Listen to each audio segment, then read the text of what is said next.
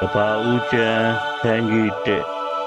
စာဦး၌ဘုရားသခင်သည်ကောင်းကင်နှင့်မြေကြီးကို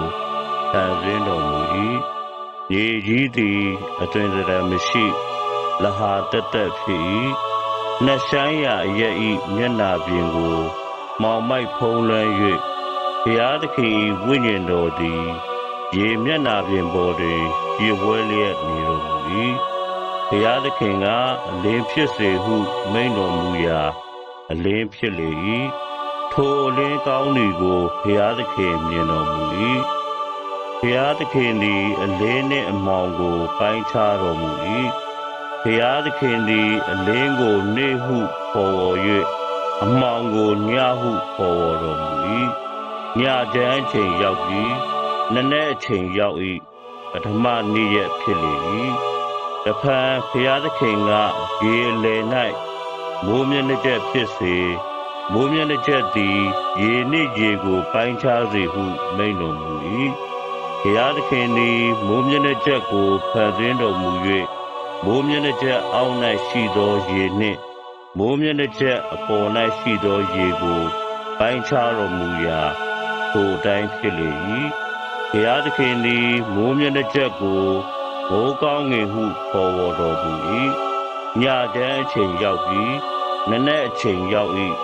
ဒုတိယနေ့ရက်ဖြစ်လေ၏တဖန်ဘုရားသခင်က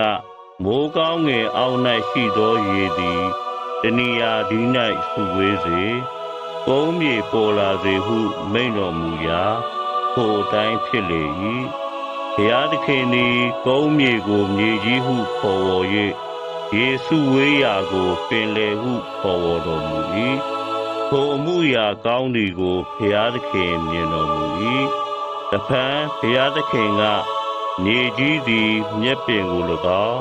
အစိအနှံထွက်သောအပင်ကို၎င်းအမျိုးလိုက်အတွင်း၌အစိပါသည့်အသီးကိုတီးသောတီးစားပင်ကို၎င်း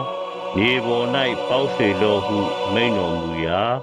ထိုအတိုင်းဖြစ်လေ၏မြေကြီးသည်မြက်ပင်ကို၎င်းအမျိုးလိုက်အစိအနှံထွက်သောအပင်ကို၎င်းအမျိုးလိုက်အတွင်း၌အစိပါသည့်အသီးကိုတီးသောအပင်ကို၎င်းပေါက်စေ၏ထိုအမှုရာကောင်းသည်ကိုဘုရားသခင်မြင်တော်မူ၏ညချမ်းအချိန်ရောက်ပြီးနံနက်အချိန်ရောက်၏တတိယနေ့ရက်ဖြစ်လေ၏တဖန်ဘုရားသခင်ကနေ့နှင့်ညကိုပိုင်းခြားရန်